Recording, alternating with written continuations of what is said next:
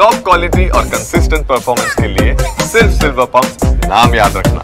ಸೇರಿದಂತೆ 5 ಜಿಲ್ಲೆಗಳಲ್ಲಿ yellow alert ಅನ್ನು ಹವಾಮಾನ ಇಲಾಖೆ ಕೊಟ್ಟಿರುವಂತಹ ಸೂಚನೆ ಬೆನ್ನಲ್ಲೇ ಬೆಂಗಳೂರು ಬೆಳಗ್ಗೆ ಮಳೆ ಕೂಡ ಮುಂದುವರೆದಿರುವಂತದ್ದು. ಬೆಳಿಗ್ಗೆಯಿಂದಲೂ ಕೂಡ ನಿರಂತರವಾಗಿ ಮಳೆ ಸುರಿತಾನೆ ಇದೆ. ಹಾಗಾಗಿ ಸಹಜವಾಗಿ ಇಷ್ಟೊತ್ತಿಗೆ ಕಚೇರಿ ಹಾಗೆ ತಮ್ಮ ಕೆಲಸಗಳಿಗೆ ತೆರಳುವಂತಹ ಜನ ಪರದಾಡುವಂತಹ ಪರಿಸ್ಥಿತಿಯಲ್ಲಿ ನಿರ್ಮಾಣ ಆಗಿರುವಂತದ್ದು. ರಸ್ತೆಯಲ್ಲಿ ನೀರು ಕೂಡ ಹರಿದುಕೊಂಡು ಹೋಗ್ತಾ ಇದೆ. ಅಂದ್ರೆ ಮುಂದಿನ 3 ಗಂಟೆಯಲ್ಲಿ ಭಾರಿ ಮಳೆಯ ಒಂದು ಮುನ್ಸೂಚನೆಯನ್ನು ಈಗಾಗಲೇ ಹವಾಮಾನ ಇಲಾಖೆ ಕೊಟ್ಟಿರುವಂತದ್ದು. ಹಾಗಾಗಿ ಈಗಾಗಲೇ ಮಳೆ ನೀರಿನಿಂದ ತತ್ತರಗೊಂಡಿರುವಂತಹ ಜನ ಮತ್ತಷ್ಟು ಆತಂಕಕ್ಕೆ ಒಳಗಾಗಿದ್ದಾರೆ. ಯಾಕಂತಂದ್ರೆ ಮುಂದಿನ 3 ಗಂಟೆ ಏನಾದ್ರೂ ಧಾರಾಕಾರವಾಗಿ ಭಾರಿ ಮಳೆ ಸುರಿದಿದ್ರೆ ಬಹುಶಃ ಮತ್ತಷ್ಟು ಅವಾಂತರಗಳು ಬೆಂಗಳೂರಲ್ಲಿ ಸೃಷ್ಟಿಯಾಗುವುದಂತೂ ಸಹಜ. ಅಂದ್ರೆ ದಿನನಿತ್ಯ ಸಾಮಾನ್ಯವಾಗಿ ಓಡಾಡ್ತಾ ಇದ್ದಂತಹ ಜನ ಇವತ್ತು ಮನೆಯಲ್ಲಿದ್ದಂತಹ ಕೊಡೆಗಳಾಗಿರ್ಬೋದು, ಅದ್ರ ಜೊತೆಗೆ ರೈನ್ ಕೋಟ್ ಅನ್ನ ಧರಿಸಿಕೊಂಡು ಬೈಕ್ ಸವಾರರು ಕೂಡ ಹೋಗ್ತಾ ಇರುವಂತದ್ದು. ಅದು ಒಂದು ಕಡೆ ಆದ್ರೆ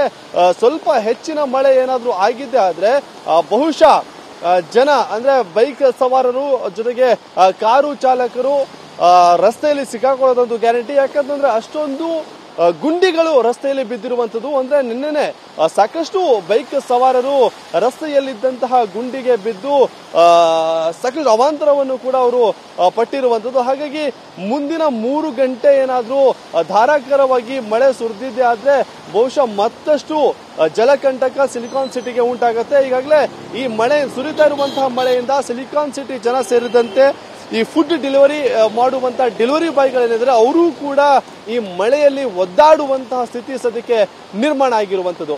ಕ್ಯಾಮರಾ ಪರ್ಸನ್ ಉಲ್ಲಾಸ್ ಸೊತ್ತೆರಾಜಪ್ಪಾಜಿನ TV9 ಬೆಂಗಳೂರು.